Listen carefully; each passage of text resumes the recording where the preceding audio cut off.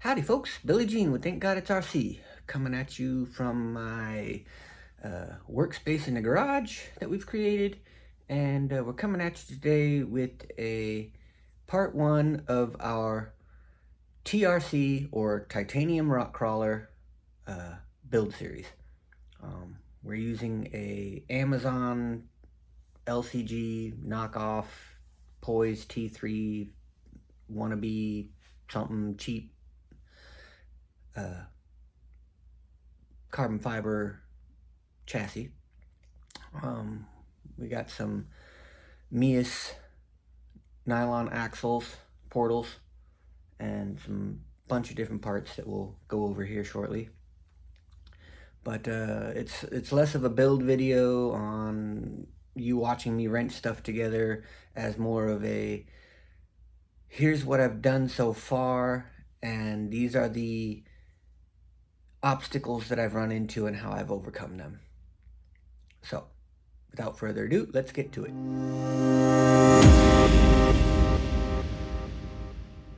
Alright, so here we are. This is my chassis. This is the Amazon knockoff of the Poised T3 chassis. I actually got mine on eBay because at the time when I ordered it, Amazon was out of stock. These are the Mias portal axles. It's the rear and the front. I used some titanium looking shocks that I found on Amazon because, you know, it's my titanium build.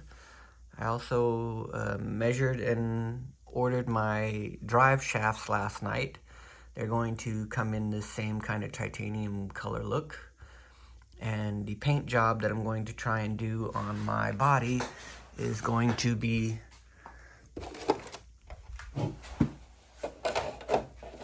of a similar neochrome type situation.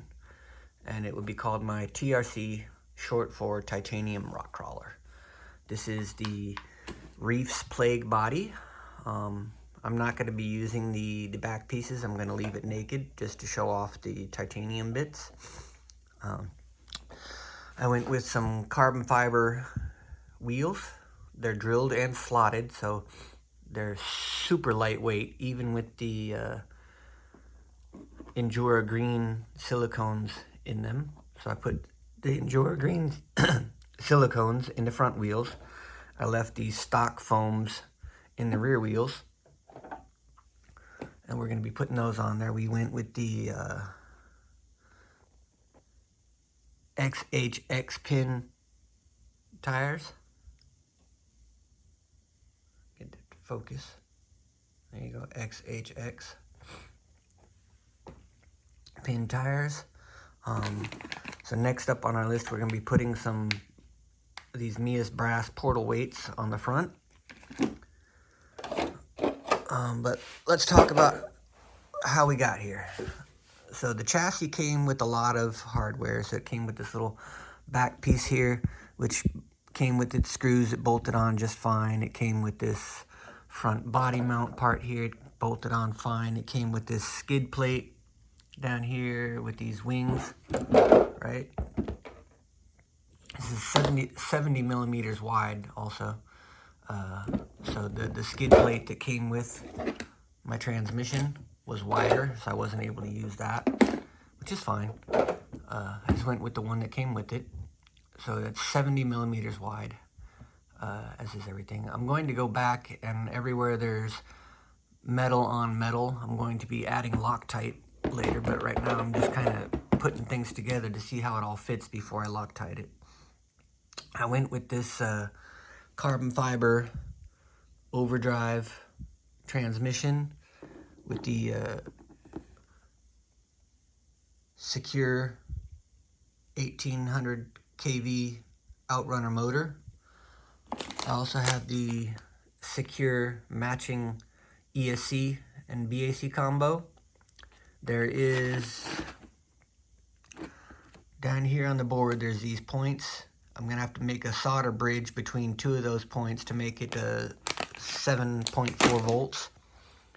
A lot of people were complaining they didn't like it because they had to actually do some solder work on it, but that's something I love doing, so that doesn't bother me at all. Other than that, I hear it's a fantastic ESC and motor combo. I did initially order these 1300 milliamp batteries, but it's kind of big. It doesn't really fit in here. So I ordered some 850 milliamp batteries from Tattoo. We'll see when it gets here. It's just a 1/4 inch shorter than this one, so it's just a wee bit shorter than this, but it should fit in here on the back, because I plan to put this carbon fiber piece on here that came with the chassis kit, and I'll mount my servo on the front, and then I got this area on the back here with the strap slots that I plan to strap the battery to. The ESC and transmitter. So I got a transmitter for my Fly Sky radio. I'm gonna put that over here with this somehow. We'll figure out how to get that over there. So as for mounting my shocks, luckily they came with these little offset hangers here, because putting them on the front, I was able to sit them in here and use my tuning bands to put the shocks on. So I mounted the front shock on this rear hole here, and the bar on the top. That gave me a nice front, and we got some nice articulation going on here, right? In the rear, initially I had the links, as in the picture, I had the rear links all the way forward on the top. That made the angle of my drive shaft yoke here pointing down, which wasn't good, because I'm going to be using the carrier bearing in here, which I'm actually going, because this sits nice and low like this, right? These holes interfere with the rails, so I'm going to make a bracket that actually lifts this up just above the surface of the rails and brings it back about a centimeter or so. Because if I were putting it even in here, I couldn't find a drive shaft short enough to go between the carrier bearing and the transmission. So I'm going to lift it up, I'm going to bring it back a little bit, and then I'll be able to use the drive shaft there, and then I got plenty of space in the back for another drive shaft. So I'm going to have an 85 millimeter drive shaft in the rear, 85 millimeter drive shaft in the front, and a 75 in the middle. So yeah, so I'm going to make a couple brackets that are going to mount this further back like that. That leaves this chassis dropping all the way down, because I wanted it to be super low center of gravity. I put my tuning bands on the rear shocks again to keep them compressed, but you can see I got lots of travel, loads of articulation, and so yeah, so I moved the upper links from top front to lower, almost all the way in the back. The shocks I initially had in the first hole up here, ended up, the shocks were extended more and they would not compress all the way. And I had less articulation, so I found if I moved the shocks back and compressed them a little bit, yeah, it bumped the rear of the vehicle up, because the shocks were compressed, but I had more articulation and more travel that way. So to remedy that, I just used the tuning bands, and that keeps it squatted, but I have lots and lots of travel now. So once this thing has its tires and everything together, it'll have loads of articulation and loads of travel. So if you look under the chassis, I have nothing protruding under here. Initially I had these shocks on upside down, and these canisters were sitting below here. So if I were to like run over a rock, I'd come up here and I'd hit the shock. So I flipped them upside down with the canisters up so that there's nothing protruding below here, stopping me from sliding over things. What else? So I did mount my transmission slightly kicked to the side. That gives me more of a straight shot from here to the rear, and also from the front right there to the front axle. So it's less twisting and turning of the drive shafts, and I think that's going to be super good. What else did I run into? Oh, the chassis came with a bunch of hardware for like this and this, but when it came to putting all the links on, it was lacking hardware. So I went out and bought a couple of different things. I got this, you can't see it, let's open it up. It's a M3 bolt kit. You can see all the pieces it has. It has 600 pieces. So I ordered this. It comes with all kinds of sizes of screws. It had a whole tray full of nuts and washers and things. But I wanted to use nylon lock washers. So I also ordered this part here from Amazon, and it was a pack of, I think, 100, yeah, 100 or 120 nylon lock nuts. So I put the whole thing together using Nylox, so nothing can come undone on me on accident.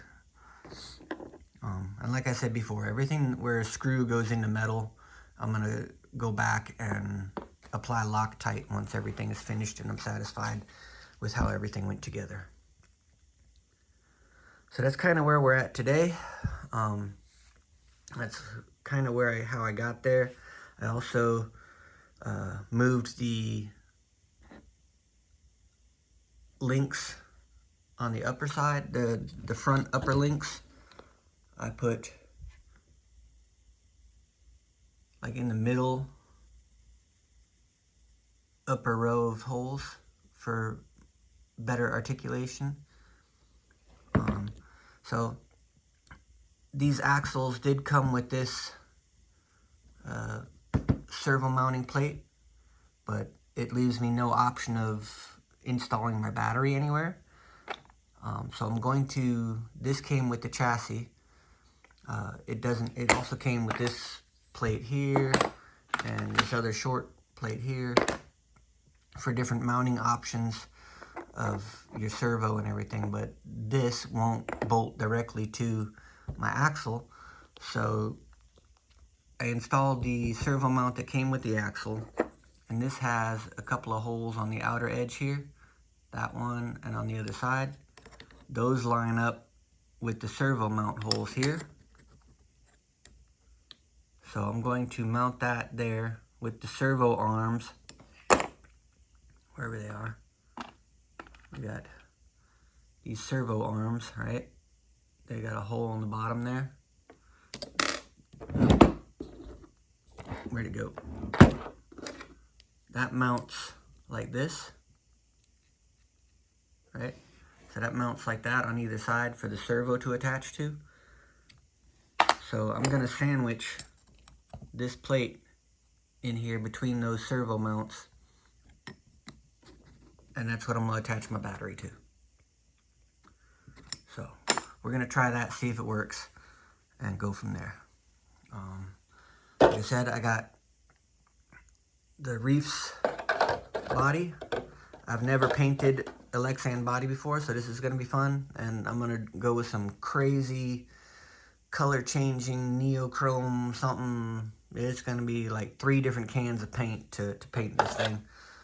So we're going to figure that out. Oh, one more thing. I did a short video recently about this tool for assembling bead locks. This thing is amazing.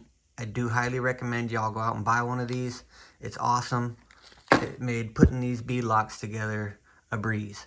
Without it, I'd have spent probably over an hour a piece putting these things together, and it took me like 10 minutes each. So definitely go buy one of those. It's very much worth it. All right, that's it for this video. We'll catch you on the flip side. This has been Billy Jean with Thank God It's RC. Thanks for watching.